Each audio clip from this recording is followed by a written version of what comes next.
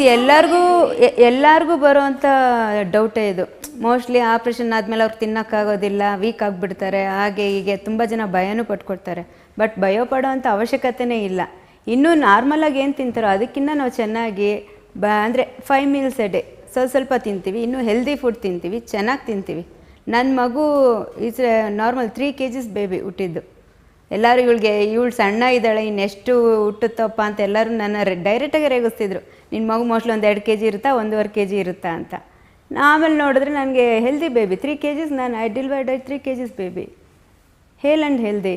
ಎಲ್ಲ ಥರದಲ್ಲೂ ಏನೂ ತೊಂದರೆ ಆಗೋಲ್ಲ. ನನ್ನ ಏಜ್ಗೆ, ನನ್ನ ಹೈಟ್ಗೆ ಎಷ್ಟಿದ್ದೀನೋ ಅಷ್ಟೇ ಇದ್ದೀನಿ. Because I am following all the diet what doctor has told me to follow. ನಾನು ಆ ಥರನೇ ಫಾಲೋ ಮಾಡ್ತಾಯಿದ್ದೀನಿ. ಹೆಲ್ದಿ ಫುಡ್ಡೇ ತಿಂತಾಯಿದ್ದೀನಿ. ಆರ್ಗ್ಯಾನಿಕ್ ಮತ್ತು ಇದು ಸ್ಪ್ರೌಟ್ಸು ಈ ಥರ ಎಲ್ಲ ಫಾಲೋ ಮಾಡೋಕ್ಕೆ ಹೇಳಿದ್ರು. ಏನದು ಪ್ರೋಟೀನ್ಸು, ರಿಚ್ ಪ್ರೋಟೀನ್ಸ್ ತೊಗೋಬೇಕು. ಈಗೆಲ್ಲ ರೈಸ್ ಬೇಸ್ ಜಾಸ್ತಿ ತೊಗೋತೀವಿ.